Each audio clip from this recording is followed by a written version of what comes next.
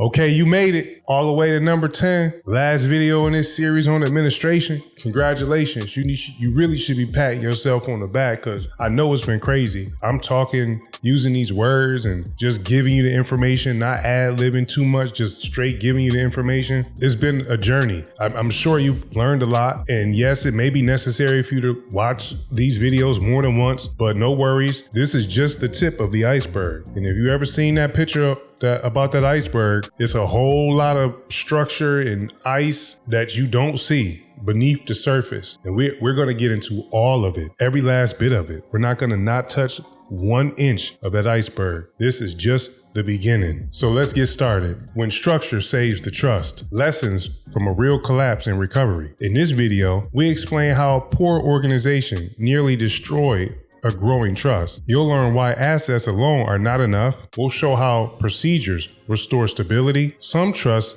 don't fail because they lack money. They fail because they lack order. By the end of this video, you'll understand how structure and administration determine whether a trust survives growth. If you care about protecting opportunity and avoiding preventable collapse, this matters. The biggest mistake people make is believing that growth fixes administrative weaknesses. That belief is wrong. Assets do not create organization. Systems do. When structure is missing, success creates chaos instead of stability. People feel overwhelmed. Confidence disappears. Progress stalls. Because of this misunderstanding, families often delay account setup, ignore documentation, misplace records, postpone procedures, operate informally. Over time, disorder multiplies. Today, I'm going to show you how organization and procedure restores control and momentum. When a trust changes location, governance must adapt. Without preparation, authority becomes unclear. For example, if assets increase, but your system did not, all of your documents, accounts, and records will be incomplete. No worries, we're going to go over all of the documents needed in a trust book, one by one. And I'm going to provide you all with a copy of it in each description. So just stay tuned, stay prepared, stay in this. This is the last series on administration. I know it's been rough. Let's get back. You've written the declaration and indenture, so legal interests exist. But without procedures, practical control is lost. Think about moving a growing business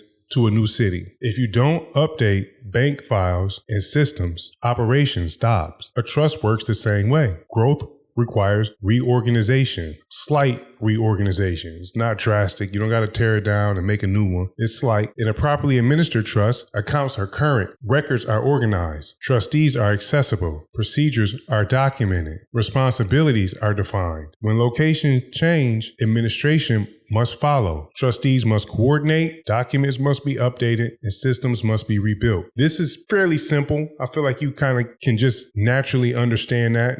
You're relocating. Things must change. Once you understand this principle, your behavior changes. You begin to prioritize organization, update accounts promptly, centralize records, coordinate trustees, establish procedures. Growth becomes manageable. Ask yourself where you fit in this structure. Are you organizing, reviewing, maintaining the systems, or reacting to problems? Imagine looking forward to all the videos teaching you how to set up and manage your assets in a private trust, strategically managed by a trustee for the benefit of your beneficiaries, and you're not subscribed. Do you have commitment issues, dog? Subscribe. It's free to subscribe and hit the notification bell so YouTube cannot decide when and how you see the next video. It's free. Trusts require formal administration. Families must rebuild structure as they grow. Order protects opportunity and peace. Here's what you learn. Real quick. Growth without structure creates chaos. Organization restores control. Procedures protect success. With this being lesson 10, you have all that you need to start treating organization as protection. This month, review your trust records